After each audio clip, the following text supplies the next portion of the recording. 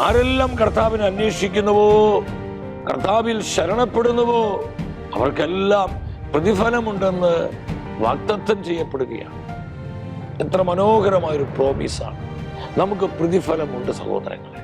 കർത്താവിനെ പ്രതിയുള്ള ഓരോ പ്രവർത്തനത്തിലും നഷ്ടപ്പെടലുകളാകട്ടെ, വിലകൊടുക്കലാകട്ടെ, സമർപ്പണമാകട്ടെ, ത്യാഗങ്ങളാകട്ടെ, ഉപേക്ഷകളാകട്ടെ, എന്തുമാവട്ടെ, കർത്താവിനെ പ്രതിയുള്ള നമ്മുടെ ഓരോ പ്രവൃത്തിക്കും പ്രതിഫലമുണ്ടെന്ന് ആവർത്തിച്ച് പരിശുദ്ധ വചനത്തിലൂടെ ആത്മാവ് നമ്മളെ ബോധ്യപ്പെടുത്തുകയാണ്.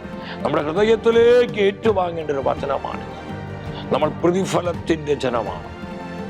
കർത്താവ് നമുക്കായി വലിയ പ്രതിഫലങ്ങൾ ഒരുക്കിയിരിക്കുന്നു. പൗലോസ്ലീഹ ഈ സത്യമാണ് സഭയെ പഠിപ്പിക്കുന്നത്. കൊരിന്ത്യർക്കാർക്ക് എഴുതിയ 1-ാമത്തെ ലേഖനം 3-ാം അധ്യായം 8-ാമത്തെ തിരുവചനം.